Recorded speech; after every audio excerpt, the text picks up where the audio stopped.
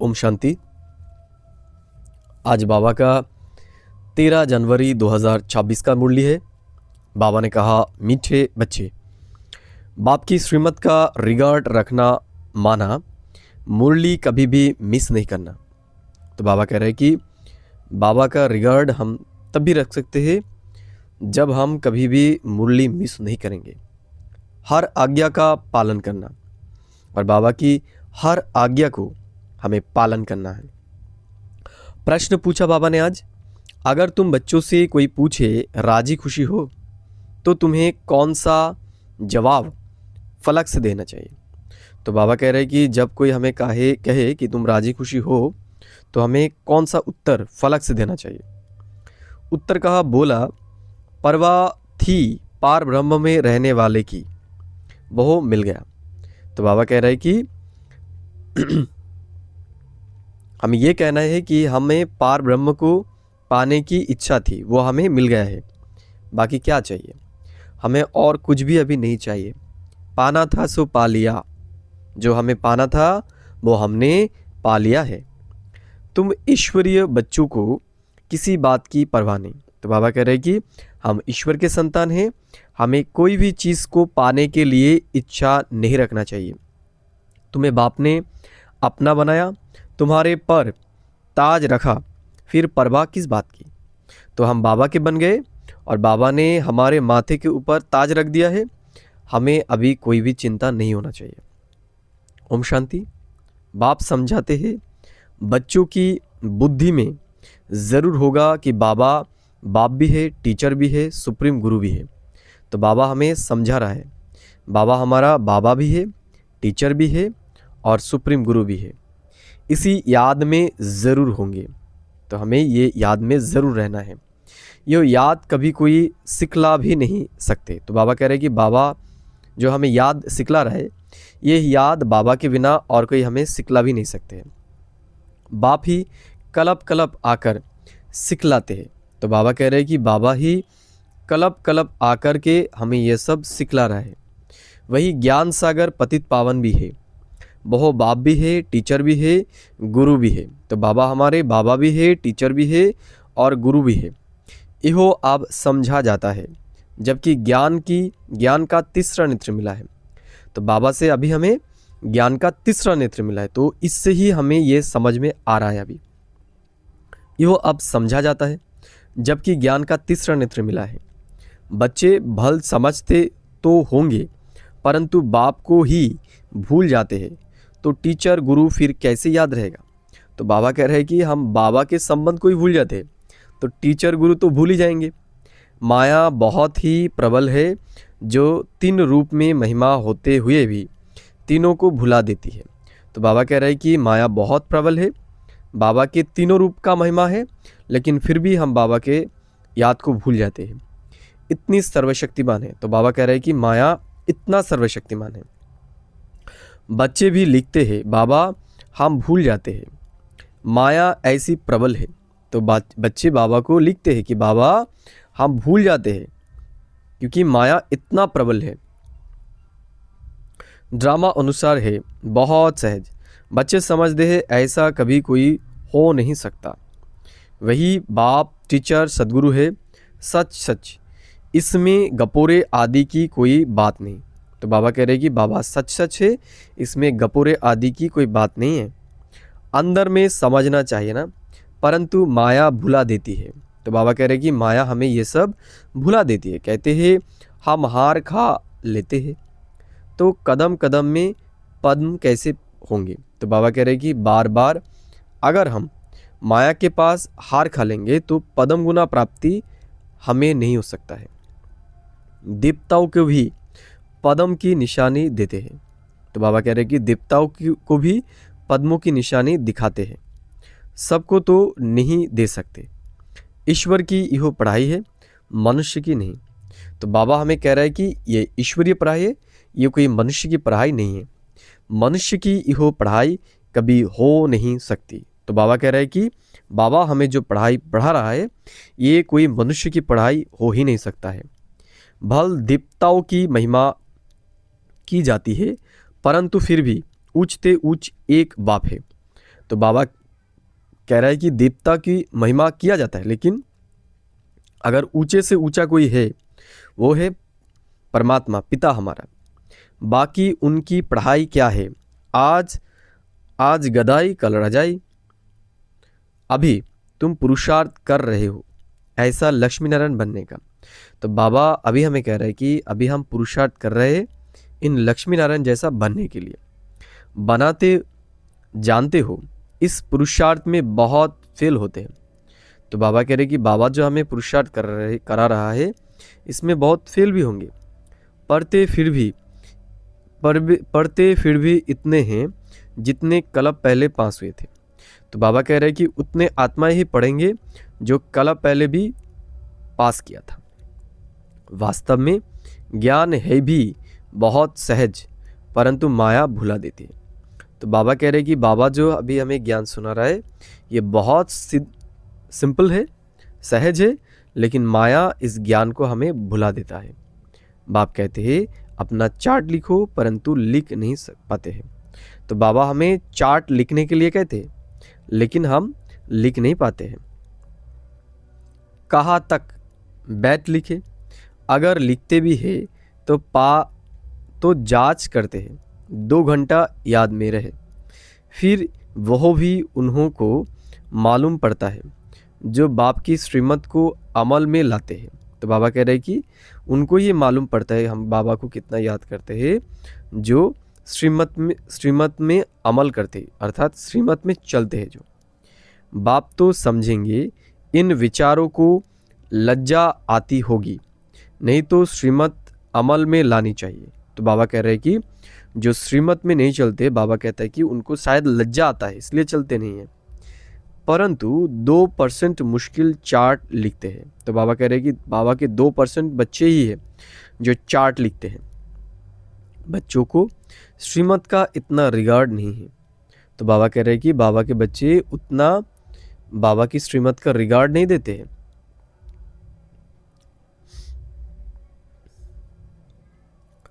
बाप तो समझेंगे इन विचारों को लज्जा आती होगी, नहीं तो श्रीमत अमल में लानी चाहिए, परंतु 2% मुश्किल चार्ट लिखते हैं। बच्चों को श्रीमत का इतना रिगार्ड नहीं है, मुरली मिलते हुए भी पढ़ते नहीं है। तो बाबा कह रहे हैं कि बाबा मुरली दे देता है, मुरली मिलते हुए भी वो पढ़ता नहीं है। दिल में लगता ज़रूर होगा। बाबा कहते तो सच है, हम मुरली ही नहीं पढ़ते तो बाकी औरों को समझाएंगे क्या। तो बाबा कह रहे हैं कि वो खुद ही समझते कि हम खुद ही मुरली नहीं पढ़ते तो क्या पढ़ पाएंगे हम। याद की यात्रा। ओम शांति। रूहानी बाप रूहानी बच्चों को समझाते हैं। यो तो बच्चे समझते हैं बरोबर हम आत्मा हैं, हमको परमपिता परमात्मा पढ़ा रहे हैं। तो हमें अभी ये समझ है कि हमें परमपिता परमात्मा पढ़ा रहा है अभी। और क्या कहते हैं, मुझे याद करो तो तुम स्वर्ग के मालिक बनो। तो बाबा हमें कह रहा है कि बाबा को हमें याद करना है, तब भी हम स्वर्ग के मालिक बन सकते हैं। इसमें बाप भी आ गया, पढ़ाई और पढ़ाने वाला भी आ गया। तो बाबा कह रहे हैं कि इसमें बाबा भी आ गया और पढ़ाने वाला बाबा भी आ जाता है। सदगति दाता भी आ गया, थोड़े अक्षर में सारा ज्ञान आ जाता है। तो बाबा कह रहे हैं कि थोड़े ही अक्षर में बाबा के पूरा ज्ञान आ जाता है। या तुम आते ही हो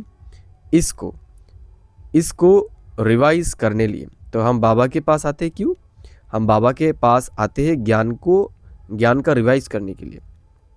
बाप भी यही समझाते हैं, क्योंकि तुम खुद कहते हो हम भूल जाते हैं, इसलिए यहाँ आते हैं रिवाइज करने। तो बाबा क्या कह रहे हैं कि हम खुद भी कहते हैं ना कि हम भूल जाते हैं बाबा के ज्ञान, इसलिए रिवाइज करने के लिए हम रोज़ आते हैं। भल कोई यहाँ रहते हैं तो भी रिवाइज नहीं होता है। तो बाबा कह रहे हैं कि जो सेंटर पर भी रहते हैं वो भी रिवाइज नहीं करते हैं, तकदीर में नहीं है। तो बाबा क्या कहते हैं कि उनका तकदीर में ही नहीं है। तकदीर तो बाप कराते ही है, तकदीर कराने वाला एक बाप ही है। तो बाबा कह रहे हैं कि तकदीर कराने वाला कौन है? हमारा एक पिता है। इसमें कोई की पास खातिरी भी नहीं हो सकती है, ना स्पेशल पढ़ाई है। उस पढ़ाई में स्पेशल पढ़ने लिए टीचर को बुलाते हैं। तो बाबा कह रहे हैं कि यहाँ पर कोई स्पेशल पढ़ाई नहीं है, बाबा सबको एक ही तरीके से पढ़ा रहा है। यो तो तकदीर बनाने लिए सबको पढ़ाते हैं। तो बाबा हमारे तकदीर बनाने के लिए हम सबको पढ़ा रहा है। बाबा एक एक को अलग कहाँ तक पढ़ाएंगे? तो बाबा एक एक को अलग तरीके से पढ़ा नहीं सकता है। कितने ढेर बच्चे हैं, उस पढ़ाई में कोई बड़े आदमी के बच्चे होते हैं तो उन्हों को स्पेशल पढ़ाते हैं। तो बाबा कह रहे हैं कि जो स्कूल का पढ़ाई है उसमें क्या होता है, जो बड़े आदमी होते हैं उनके बच्चों को क्या किया जाता है, उनके बच्चे को स्पेशल पढ़ाया जाता है। टीचर जानते हैं कि इहो डल है, इसलिए इनको स्कॉलरशिप लायक बनाते हैं। यो बाप ऐसे नहीं कहते हैं, यो तो एक रस सबको पढ़ाते हैं। तो बाबा कह रहे हैं कि बाबा हर एक बच्चे को समान तरीके से पढ़ा रहा है। वह हुआ टीचर का एक्स्ट्रा पुरुषार्थ कराना। यो तो एक्स्ट्रा पुरुषार्थ किसको अलग से कराते नहीं हैं। एक्स्ट्रा पुरुषार्थ माना ही मास्टर कुछ कृपा करते। तो बाबा कह रहे हैं कि एक्स्ट्रा पढ़ाई माना क्या है, वहाँ पर मास्टर कोई एक्स्ट्रा टिप्स उनको देते हैं।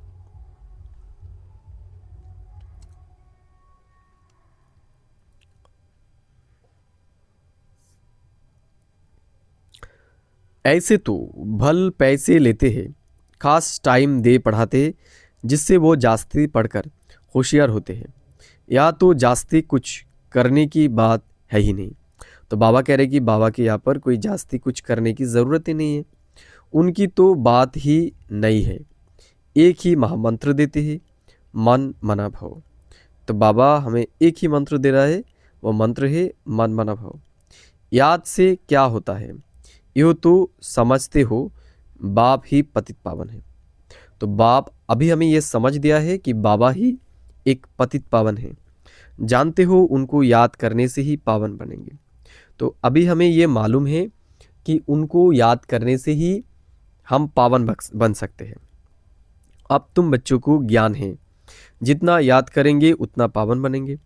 तो अभी हमें ये मालूम हो है ना कि हम जितना बाप को याद करेंगे उतना ही हम पावन बनते जाएंगे। अब तुम बच्चों को ज्ञान है, जितना याद करेंगे उतना पावन बनेंगे। कम याद करेंगे तो कम पावन बनेंगे, तो कम याद करेंगे बाबा को तो कम पद पा जाएंगे। इहो तुम बच्चों के पुरुषार्थ पर है। तो बाबा कह रहे कि ये सब निर्भर करते हैं हमारे पुरुषार्थ के ऊपर। बेहद के बाप को याद करने से हमको इहो लक्ष्मी नारायण बनना है। तो अभी बेहद के पिता को याद करने से क्या होगा, हम लक्ष्मी नारायण बन सकेंगे। उन्होंने महिमा तो हर एक जानते हैं, किसकी, लक्ष्मी नारायण की। लक्ष्मी नारायण की महिमा हर एक जानते हैं। कहते भी है आप पुण्य आत्मा हो, हम पाप आत्मा है। क्या कहा जाता है, उनके सामने जाकर सब कहते हैं कि आप पुण्य आत्मा हो, हम पाप आत्मा है। ढेर मंदिर बने हुए हैं, वहाँ सब क्या करने जाते हैं, दर्शन से फ़ायदा तो कुछ भी नहीं। तो बाबा कह रहे हैं कि दर्शन से कोई फ़ायदा नहीं होने वाला है। एक दो को देख चले जाते हैं, तो वो वहाँ पर क्या करता है, एक दो को देख के, एक दो को फॉलो करके वो चले जाते हैं मंदिर दर्शन के लिए। बस दर्शन करने जाते हैं। फलाना यात्रा पर जाता है, हम भी जावे, इससे क्या होगा, कुछ भी नहीं। तो बाबा कह रहे हैं कि इससे दर्शन करने से कुछ भी नहीं होगा। तुम बच्चों ने भी यात्राएं की है, जैसे और त्यौहार मनाते हैं वैसे यात्रा भी एक त्यौहार समझते हैं। तो बाबा कह रहे हैं कि जैसे और सब त्यौहार होते हैं, सब आनंद करते हैं, ऐसे ही त्यौहार भी, यात्रा को भी वो एक त्यौहार मानते हैं। अभी तुम याद की यात्रा भी एक त्यौहार समझते हो। तो बाबा कह रहे हैं कि हमारा जो ये याद का यात्रा है ये भी एक त्यौहार है। अभी तुम याद की यात्रा भी एक त्यौहार समझते हो। तुम याद की यात्रा में रहते हो, अक्षर ही एक है, मन मना भव। तो बाबा कह रहे हैं कि अक्षर एक ही है, वो अक्षर है मन मना भव। इहो तुम्हारी यात्रा अनादि है। इहो भी कहते हैं वह यात्रा हम अनादि करते आए हैं, परंतु तुम अभी ज्ञान सहित करते हो, हम कलप कलप यो यात्रा करते हैं। तो बाबा कह रहे हैं कि अभी हम जो ये याद कर रहे हैं ये हम ज्ञान के सहित कर रहे हैं, उनको ज्ञान नहीं है। वो भी कहते हैं यह यात्रा हम अनादि करते आए हैं, परंतु तुम अभी ज्ञान सहित करते हो, हम कलप कलप यह यात्रा करते हैं। बाप ही आकर यह यात्रा सिखलाते। तो बाबा कह रहे हैं कि बाबा ही हमें ये याद की यात्रा अभी सिखा रहा है। बहुत चारों धाम जन्म बाय जन्म यात्रा करते हैं, यो तो बेहद का बाप कहते हैं मुझे याद करो तो तुम पावन बन जाएंगे। तो बाबा हमें कह रहा है कि बाबा को हम याद करेंगे तो पावन बन जाएंगे। ऐसे तो और कोई कभी नहीं कहते कि यात्रा से तुम पावन बनेंगे। तो बाबा के पहले ये बातें और कोई नहीं कहा था कि हम यात्रा से भी पावन बन सकते हैं। मनुष्य यात्रा पर जाते हैं तो वह उस समय पावन रहते हैं। आजकल तो वहाँ भी गंद लगा पड़ा है, पावन नहीं रहते। तो बाबा कह रहे कि जब कोई धर्म यात्रा में जाते थे पहले, तो वो वहाँ पर जब जाते थे तब पवित्र रहते थे, लेकिन अभी तो बाबा कह रहा है कि वहाँ पर भी गंद मचा हुआ है एकदम।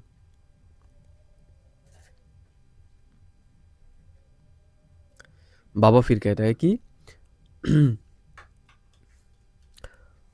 पावन नहीं बनते रहते, इस रूहानी यात्रा का तो किसको पता नहीं है।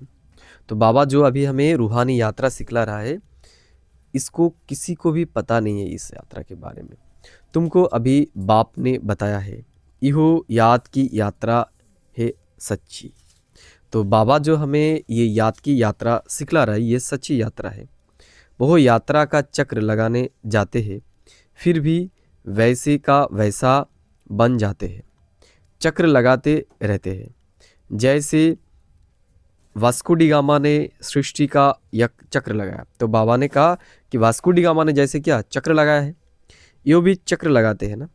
गीत भी है ना, चारों तरफ लगाए फेरे, फिर भी हरदम दूर रहे। भक्ति मार्ग में तो कोई मिला नहीं सकते। तो बाबा कह रहे हैं कि भक्ति मार्ग में कोई ये मिला नहीं सकते। भगवान कोई को मिला नहीं, तो भक्ति मार्ग में किसी को भी भगवान मिला नहीं, भगवान से दूर ही रहे। तो भक्ति मार्ग में सब भगवान से दूर ही रह गए। फेरे लगाकर फिर भी घर में आकर 5 विकारों में फंसते हैं। तो वो क्या करते हैं, जब वो यात्रा में जाते हैं तो यात्रा से आकर के क्या होता है, फिर वो 5 विकार के अंदर जाते हैं। बहुत सब यात्राएं है झूठी, अभी तुम बच्चे जानते हो, यो है पुरुषोत्तम संगम युग, जबकि बाप आए हैं। तो बाबा कह रहे हैं कि अभी हम जानते हैं कि पुरुषोत्तम संगम युग है और अभी बाबा यहाँ पर आए हैं। एक दिन सब जान जाएंगे बाप आया हुआ है। तो बाबा कह रहे हैं कि एक दिन आएगा जब सब आत्मा ये जान जाएगी कि भगवान आ गया है। भगवान आखिर मिलेगा, लेकिन कैसे, यो तो कोई भी जानते नहीं। तो बाबा कह रहे कि भगवान आखिर में मिलेगा, लेकिन कैसे ये किसी को पता नहीं है। ये तो मीठे मीठे बच्चे जानते हैं कि हम श्रीमत पर इस भारत को फिर से स्वर्ग बना रहे। तो ये तो सिर्फ हम बच्चों की पता है कि अभी हम श्रीमत के आधार से भारत को स्वर्ग बना रहे। भारत का ही तुम नाम लेंगे, उस समय और कोई धर्म होता नहीं। तो बाबा कह रहे हैं कि सतयुग में एक ही धर्म रहेगा, आदि सनातन देवी देवता धर्म, और एक ही देश रहेगा, वो है भारत, और कोई भी नहीं रहेगा। सारे विश्व पवित्र बन जाती है। अभी तो ढेर धर्म है, बाप आकर तुमको सारे झार का नॉलेज सुनाते हैं। तो बाबा अभी आकर के क्या कर रहे हैं, अभी हमें पूरे झार का ज्ञान सुना रहे, नॉलेज सुना रहे, तुमको स्मृति दिलाते हैं। तुम सो देवता थे, फिर सो क्षत्रिय, सो वैश्य, सो शूद्र बने। तो हम ही देवता थे, हम क्षत्रिय बन गए, फिर वैश्य बन गए, फिर शूद्र बन गए। अभी तुम सो ब्राह्मण बने हो। यो हम सो का अर्थ बाप कितना सहज समझाते हैं। तो बाबा हमें हम सो का अर्थ अभी समझा रहा है। ओम अर्थात मैं आत्मा, फिर हम आत्मा ऐसे चक्र लगाती है। ओम माना क्या है? बाबा ने कहा ओम माना मैं आत्मा हूँ। वह तो कह देते हम आत्मा सो परमात्मा, परमात्मा सो हम आत्मा, एक भी नहीं जिसको हम सो का अर्थ यथार्थ मालूम हो। तो बाबा कह रहे हैं कि ये जो हम सो हम शब्द है, इसका अर्थ किसी भी आत्मा को मालूम नहीं है। तो बाप कहते हैं इहो जो मंत्र है, इहो हरदम याद करना चाहिए। तो बाबा अभी हमें कह रहा है कि ये जो बाबा हमें बातें सुना रहा है, ये हमें हर दम अभी याद करना है। चक्र बुद्धि में नहीं होगा तो चक्रवर्ती राजा कैसे बनेंगे? तो बाबा कह रहे हैं कि ये चक्र को हम बुद्धि में नहीं रखेंगे तो चक्रवर्ती राजा हम कैसे बन सकेंगे? अभी हम आत्मा ब्राह्मण हैं, फिर हम सो देवता बनेंगे। तो अभी हम आत्मा ब्राह्मण हैं, फिर हम देवता बनेंगे। यो तुम कोई से भी जाकर पूछो, कोई नहीं बताएंगे। तो बाबा कह रहे हैं कि ये हम किसी को भी पूछ सकते, लेकिन वो बता नहीं सकता। यो तो 84 का अर्थ भी नहीं समझते। भारत का उत्थान और पतन गाया हुआ है। तो बाबा ने कहा कि भारत का उत्थान और पतन गाया हुआ है, यो ठीक है। सतो प्रधान, सतो रजो तमो, सूर्यवंशी, चंद्रवंशी, वैश्यवंशी, अभी तुम बच्चों को सब मालूम पड़ गया है। तो बाबा ने कहा कि अभी हमें ये सब बातें, सूर्यवंशी कौन है, चंद्रवंशी कौन है, वैश्यवंशी कौन है, शूद्रवंशी कौन है, ये सब बातें अभी हमें मालूम पड़ गया है। बीज रूप बाप को ही ज्ञान का सागर कहा जाता है। तो बाबा कह रहे हैं कि बाबा जो बीज रूप ज्ञान का सागर है, उनको ही ये सब बातें मालूम है। वो इस चक्र में नहीं आते हैं।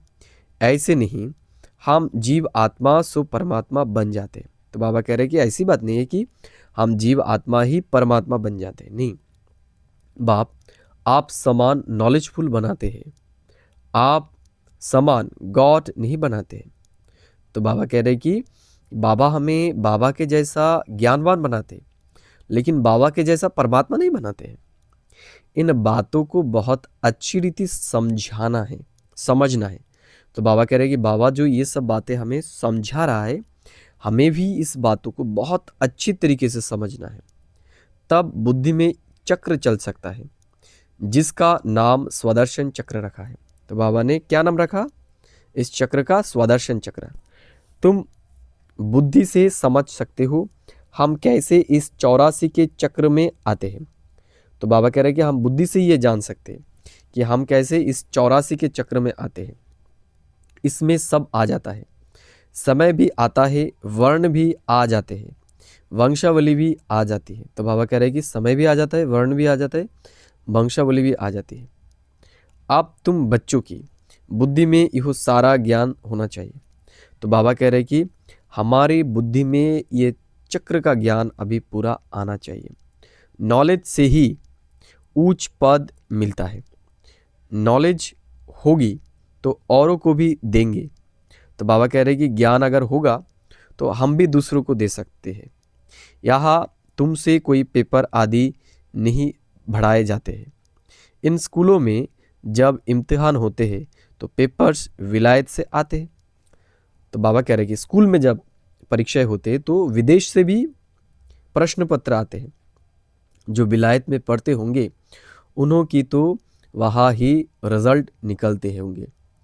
इनमें भी कोई बड़ा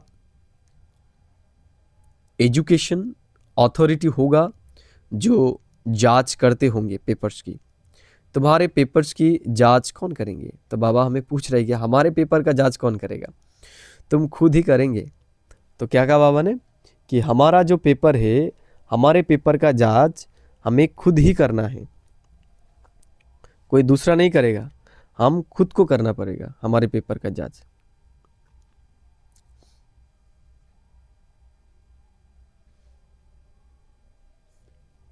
बाबा फिर कह रहा है कि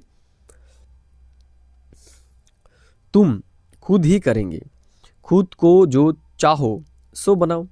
तो बाबा कह रहे हैं कि हम खुद जो चाहे खुद को वो बना सकते हैं। पुरुषार्थ से जो चाहे सो पद बाप से ले लो। तो हमें अभी हम जो पद चाहे हम पुरुषार्थ के आधार से बाबा से वो पद ले सकते हैं। प्रदर्शनी आदि में बच्चे पूछते हैं ना क्या बनेंगे?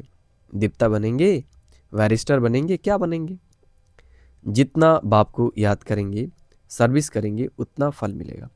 तो बाबा कह रहे हैं कि जितना हम बाप को याद करेंगे उतना हमें फल मिलेगा।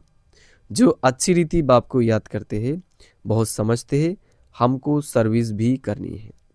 तो जो बाबा को बहुत अच्छी तरीके से याद करेगा उसको ये रहेगा कि हमें बाबा की सर्विस करनी है, प्रजा बनानी है ना। तो बाबा कहा कि हमें अभी प्रजा तो बनाना है ना। ये राजधानी स्थापन हो रही है तो उसमें सब चाहिए। तो बाबा कह रहे हैं कि अभी राजधानी स्थापन हो रही है तो वहाँ पर राजा भी चाहिए, प्रजा भी चाहिए, दास भी चाहिए, सब चाहिए। वहाँ वज़ीर होते नहीं।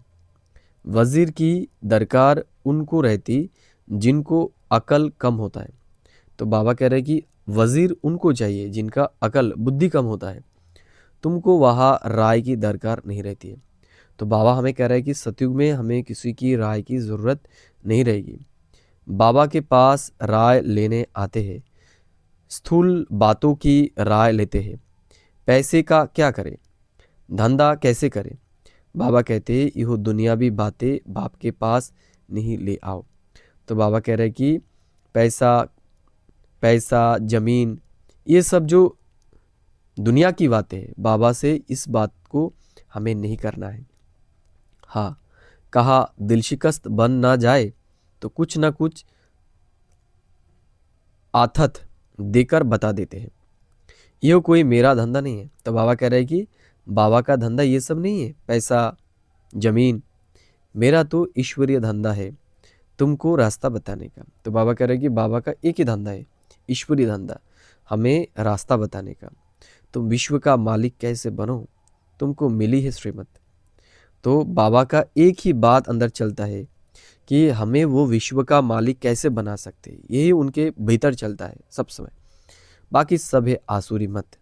तो बाबा कह रहे हैं कि और जो भी हमें मत दे रहे हैं वो सब आसुरी मत है, देहभान के आधार से है। सतयुग में कहेंगे श्रीमत, कलयुग में आसुरी मत। तो बाबा कह रहे हैं कि सतयुग में है श्रीमत और कलयुग में है आसुरी मत। वो है ही सुखधाम। वहाँ ऐसे भी नहीं कहेंगे कि राजी खुशी हो, तबीयत ठीक है। तो बाबा कह रहे हैं कि सतयुग में कोई किसी को नहीं कहेगा कि शरीर ठीक है, मन ठीक है, तबीयत ठीक है। यो अक्षर वहाँ होते नहीं। इहो यहाँ पूछा जाता है, कोई तकलीफ तो नहीं है, राजी खुशी हो। इसमें भी बहुत बातें आ जाती है। वहाँ दुख से दुख है ही नहीं। कहाँ पर? सतयुग में। तो बाबा कह रहे हैं कि सतयुग में कोई दुख नहीं रहेगा हमारा। जो पूछा जाए यह है ही दुख की दुनिया। वास्तव में तुमसे कोई पूछ नहीं सकता। भल माया गिराने वाली है तो भी बाप मिला है ना। तो बाबा कह रहे हैं कि माया हमें गिराने का कोशिश करेगा लेकिन बाबा हमारे साथ है। तुम कहेंगे क्या तुम खुश खैराफत पूछते हो? हम ईश्वर के बच्चे हैं, इसमें क्या खुश खैराफत पूछते हो? तो बाबा कह रहे हैं कि हम ईश्वर के बच्चे हैं, हमें कौन पूछ सकता है कि तुम कैसे हो, क्योंकि हमसे कोई अच्छा तो हो ही नहीं सकता, क्योंकि हम ईश्वर के संतान हैं। परवा थी पार ब्रह्म में रहने वाले बाप की, वो मिल गया, फिर किसकी परवाह।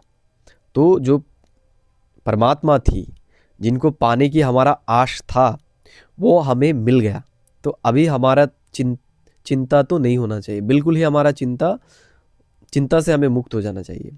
ये हमेशा याद करना चाहिए हम किसके बच्चे हैं। तो बाबा कह रहे हैं कि हमें हमेशा ये याद रखना है हम किसके बच्चे हैं। यो भी बुद्धि में ज्ञान है कि जब हम पावन बन जाएंगे तो फिर लड़ाई शुरू हो जाएगी। तो बाबा कह रहे हैं कि हमें ये मालूम रखना है कि जब हम कंप्लीट हो जाएंगे तब युद्ध शुरू हो जाएगा। तो जब भी तुमसे कोई पूछे कि तुम खुश राजी हो तो बोलो हम तो सदैव खुश राजी हैं। तो बाबा कह रहे हैं कि जब भी कोई हमें बोले ये बात कि तुम खुश हो तो हमें कहना है कि हम सदा ही खुश रहते हैं। बीमार भी हो तो भी बाप की याद में हो। तो बाबा कह रहे हैं कि जब हम बीमार हैं तो भी हमें बाबा की याद में रहना है। तुम स्वर्ग से भी जास्ती यहाँ खुश राजी हो। जबकि स्वर्ग की बादशाही देने वाला बाप मिला है जो तुमको इतना लायक बनाते हैं, तो हमको क्या परवाह रखी है। तो बाबा अभी हमें ऐसा बना रहे। ईश्वर के बच्चों को क्या परवाह। तो ईश्वर के बच्चों को कोई भी परवाह नहीं होना चाहिए, वहाँ देवताओं को भी परवाह नहीं। तो बाबा हमें कह रहे हैं कि सतयुग में जो देवता होंगे उनको भी कोई परवाह नहीं होगा, उनको भी कोई चिंता नहीं होगा। देवताओं के ऊपर तो है ईश्वर। तो बाबा कह रहे हैं कि जो देवताएं हैं उनके ऊपर ईश्वर है, तो ईश्वर के बच्चों को क्या परवाह हो सकती है। तो हम ईश्वर के संतान हैं, तो अभी तो हमें कोई चिंता नहीं होना चाहिए हमारे अंदर। बाबा हमको पढ़ाते हैं, बाबा हमारा टीचर सदगुरु है। तो बाबा क्या कह रहे हैं कि बाबा हमारा टीचर भी है और सदगुरु भी है। बाबा हमारे ऊपर ताज रख रहे हैं, हम ताजधारी बन रहे हैं। तो बाबा कह रहे हैं कि अभी हम ताजधारी बन रहे हैं। तुम जानते हो हमको विश्व का ताज कैसे मिलता है। तो बाबा कह रहे हैं कि हमें ही अभी ये मालूम है कि कैसे हम विश्व के ताजधारी बनते हैं। बाप नहीं ताज रखते, यो भी तुम जानते हो।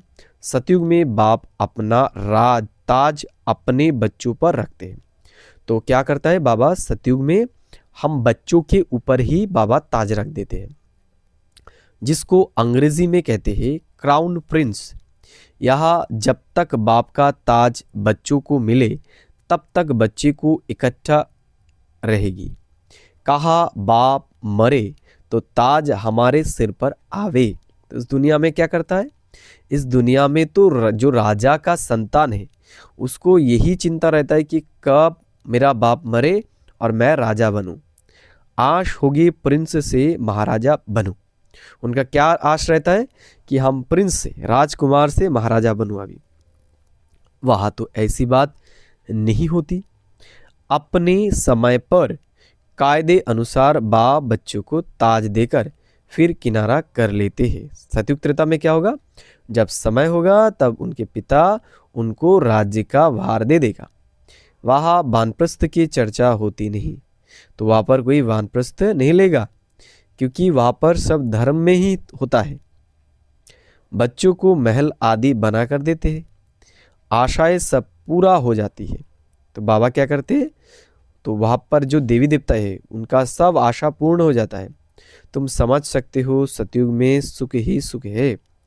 तो बाबा हमें कह रहा है कि सतयुग में क्या होगा, सुख ही सुख होगा। प्रैक्टिकल में सब सुख तब पाएंगे जब वहाँ जाएंगे। तो बाबा कह रहे हैं कि प्रकृति रूप में हम सुख तभी पाएंगे जब हम सतयुग में जाएंगे। वह तो तुम ही जानो स्वर्ग में क्या होगा। तो बाबा कह रहे हैं कि ये हमें ही पता है कि सतयुग में क्या क्या होगा। एक शरीर छोड़ फिर कहाँ जाएंगे, तो वहाँ पर हमें ये भी मालूम होगा कि एक शरीर छोड़ के हम कहाँ पर जाने वाले हैं। अभी तुम्हें प्रैक्टिकल में बाप पढ़ा रहे, तुम जानते हो हम सच सच स्वर्ग में जाएंगे। तो अभी हमें क्या मालूम है, हम अभी सचमुच स्वर्ग में जाने वाले हैं। वह तो कह देते हम स्वर्ग में जाते हैं, पता भी नहीं है स्वर्ग किसको कहा जाता है। तो दुनिया वाले जब कोई मरता है तो क्या कहते हैं कि ये स्वर्ग वधारा, लेकिन स्वर्ग किसको कहा जाता है ये दुनिया वालों को पता ही नहीं है। तो बाबा फिर कहते हैं कि जन्म जन्मांतर इहो अज्ञान की बातें सुनते आए, अभी बाप तुमको सत्य बातें सुनाते। तो अज्ञान काल में हम यही बातें सुनते आए थे और अभी हमें बाबा ये सब बातें समझा रहा है। अच्छा, मीठे मीठे सिगिलदे बच्चों प्रति माता पिता बाप दादा का याद प्यार और गुड मॉर्निंग। रूहानी बाप की रूहानी बच्चों को नमस्ते। हम रूहानी बच्चों की रूहानी माता पिता बाप दादा को पदम गुना याद प्यार गुड मॉर्निंग और नमस्ते। धारणा के लिए मुख्य सार 1 नंबर बाबा ने कहा, सदा राजी खुशी रहने के लिए बाप की याद में रहना है। तो बाबा कह रहे हैं कि सदा ही राजी खुशी रहने के लिए हमें बाप की याद में ज़रूर रहना है। पढ़ाई से अपने ऊपर राजाई का ताज रखना है। तो बाबा कह रहे हैं कि पढ़ाई के आधार से हमें अपने ऊपर राजाई का ताज भी रखना है। श्रीमत पर भारत को स्वर्ग बनाने की सेवा करनी है। तो अभी हमें क्या करना है? श्रीमत के आधार से भारत को स्वर्ग हमें बनाना है।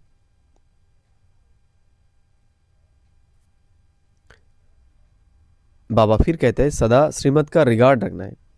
हमें श्रीमत का रिगार्ड भी रखना है। अभी वरदान बाबा कह रहे हैं आज श्रेष्ठ तकदीर की स्मृति द्वारा अपने समर्थ स्वरूप में रहने वाले सूर्यवंशी पद के अधिकारी हो। तो अभी हमें हमारे श्रेष्ठ तकदीर की स्मृति द्वारा समर्थ स्वरूप बन के हमें सूर्यवंशी पद के अधिकारी बनना है। जो अपनी श्रेष्ठ तकदीर को सदा स्मृति में रखते हैं वह समर्थ स्वरूप में रहते हैं। तो बाबा कह रहे हैं कि जो अपने तकदीर की स्मृति में रहते हैं वो समर्थ स्वरूप में रहते हैं।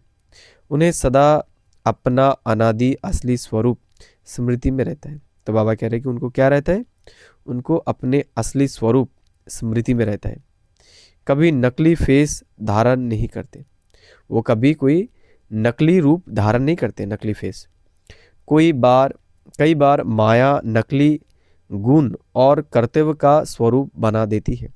तो माया क्या करता है? नकली गुण लेके, नकली स्वरूप लेके आ जाता है। किसको क्रोधी, किसको लोभी, किसको दुखी, किसको अशांत बना देती है। तो माया क्या करता है? किसको लोभी बना देता है, किसको क्रोधी बना देता है, किसको दुखी बना देता है, अशांत बना देती है। लेकिन असली स्वरूप इन सब बातों से परे है। तो बाबा कह रहे कि असली स्वरूप इन सब बातों से परे है। दुखी, अशांत, लोभी, क्रोधी इनसे न्यारा है। जो बच्चे अपने असली स्वरूप में स्थित रहते हैं वह सूर्यवंशी पद के अधिकारी बन जाते। तो बाबा कह रहे हैं कि जो बच्चे अपने ओरिजिनल स्वरूप में रहते हैं वो सूर्यवंशी पद के अधिकारी जरूर बन जाते हैं। स्लोगन बाबा का आज सर्व पर रहम करने वाले बनो तो अहम और वहम समाप्त हो जाएंगे। तो बाबा कह रहे हैं कि सबके प्रति हमारा रहम भाव होना चाहिए। तो क्या होगा? हमारे अंदर जो अहम है और वहम है, हमारे अंदर भूल धारणाएं है, वो सब परिवर्तित हो जाएगा। अव्यक्त इशारे, इस अव्यक्ति मास में बंधन मुक्त रहे जीवन मुक्त स्थिति का अनुभव करो। तो बाबा हमें विशेष प्रेरणा दे रहा है कि इस महीने में हमें जीवन मुक्त अनुभूति करना है। जब आपकी रचना कमल पुष्प जल में रहते जल के बंधन से मुक्त है। तो बाबा कह रहे हैं कि हमारे रचना जो कमल के पुष्प है वो पानी में रहते हुए भी पानी से वो न्यारा होता है, मुक्त होता है। तो जब रचना में यह विशेषता है तो क्या मास्टर रचता में नहीं हो सकती? तो बाबा कह रहे हैं कि हमारे रचना में अगर ये ताकत होता है तो हमारे में ये ताकत नहीं है। जब कभी बंधन में फंस जाओ तो अपने सामने कमल पुष्प का दृष्टांत रखो। तो बाबा कह रहे हैं कि जब भी हम बंधन में आ जाते हैं तो हमें क्या करना है? हमें कमल पुष्प को अपने सामने रखना है।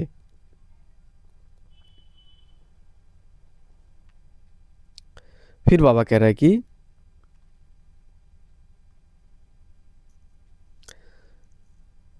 अपने सामने कमल पुष्प का दृष्टांत रखो कि जब कमल पुष्प न्यारा प्यारा बन सकता है तो क्या मास्टर सर्वशक्तिमान नहीं बन सकते? तो सदा बन जाएंगे। तो ये बातें अगर हम याद रखेंगे तो हम क्या मास्टर सर्वशक्तिमान बन ही जाएंगे। तो अभी हम कुछ देर के लिए बाबा ने आज जो हमें कहा है हम उसके ऊपर चिंतन करेंगे। तो अपने आप को स्थित कीजिए अपने अंतर्मुखता की गुफा में।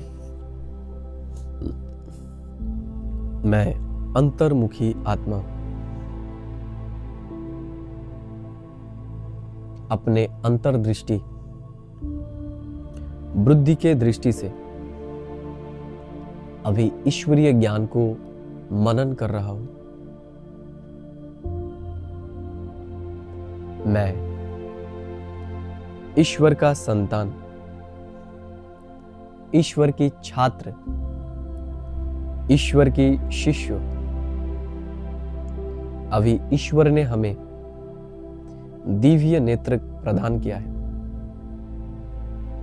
मैं त्रिकालदर्शी बन चुका हूं। बाबा ने आज हमें कहा है, जो मुरली का रिगार्ड नहीं रखते हैं वो बाप का भी रिगार्ड नहीं रखते हैं। तो हमें रोज मुरली जरूर सुनना है।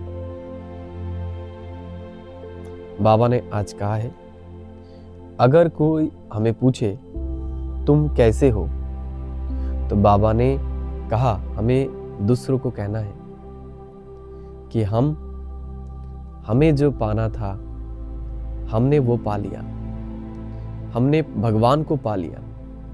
हमारे अंदर और कोई चीज को पाने की बिल्कुल आश नहीं। बाबा ने फिर हमारी बुद्धि की महिमा की है कि सुप्रीम फादर, सुप्रीम टीचर ने हमें अभी बुद्धि प्रदान किया है। बाबा हमें अभी लक्ष्मी नारायण के बारे में भी बोल रहा है कि लक्ष्मी नारायण कैसे उच्च पद के अधिकारी बने। और बाबा हमें यही दिव्य शिक्षा दे रहा है कि कैसे हम सतयुग के मालिक, श्रेष्ठ देवी देवता बन सकते हैं। बाबा आज हमें कहा है कि अभी हम माया के वशीभूत ना होके चलें, क्योंकि माया के वशीभूत अगर हम चलेंगे तो हम अपने भाग्य को गवा लेंगे। अभी हमें माया के वशीभूत बिल्कुल नहीं बनना है। हमें अब भी दिव्य बुद्धि के अधिकारी बनकर हमारे स्वभाव और संस्कारों को अभी बहुत दिव्य बनाना है।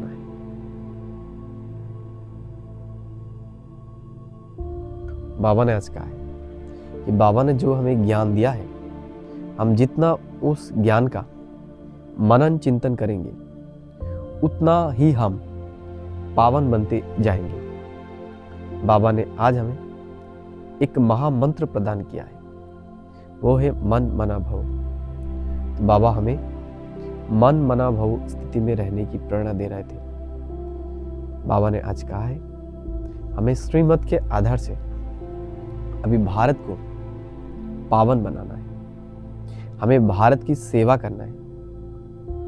बाबा ने आज कहा कि श्रेष्ठ तकदीर की स्मृति द्वारा हमें अपने समर्थ स्वरूप में रहना है, हमें सूर्यवंशी पद को अभी प्राप्त करना है। बाबा ने कहा हमें कभी भी क्रोध, लोभ, दुख के वशीभूत होकर कोई भी कर्म नहीं करना है। बाबा ने फिर कहा कि सब पर रहम करने से हमारे अंदर जो अहम और वहम है, अर्थात दूसरे के प्रति जो हमारे भूल धारणाएं हैं, वो खत्म हो जाएगा। बाबा ने फिर कहा कि अब हमारा रचना कमल अगर पानी से या फिर कीचड़े से अलग रह सकता है, उसकी प्रभाव से न्यारा रह सकता है, तो हम उनके रचयिता क्या उनके जैसा इस पाक समान या फिर गंदगी समान समाज में रहते हुए अपने स्वभाव और समान संस्कार को इन्हीं कमल पुष्प के तरह नहीं रह सकते? हमें भी अभी इस दुनिया के जो प्रभाव है, उस प्रभाव से अपने आप को मुक्त करके हमें खुद को अभी श्रेष्ठ बनाना है। तो आज सारा दिन हम यही चिंतन करेंगे कि हमें अभी ईश्वर की अवमानना नहीं करना है, हमें ईश्वर का सम्मान करना है, हमें ईश्वर का रिगार्ड करना है। इसलिए हर रोज हमें मुरली जरूर सुनना है, हमें योग जरूर करना है। बाबा ने आज चार्ट के लिए भी कहा है, हमें चार्ट लिखना है। तो आज हम सारे दिन इसी के बारे में चिंतन करेंगे और अपने जीवन को कमल पुष्प की तरह पवित्र और श्रेष्ठ बनाएंगे। ओम शांति, ओम शांति, ओम शांति।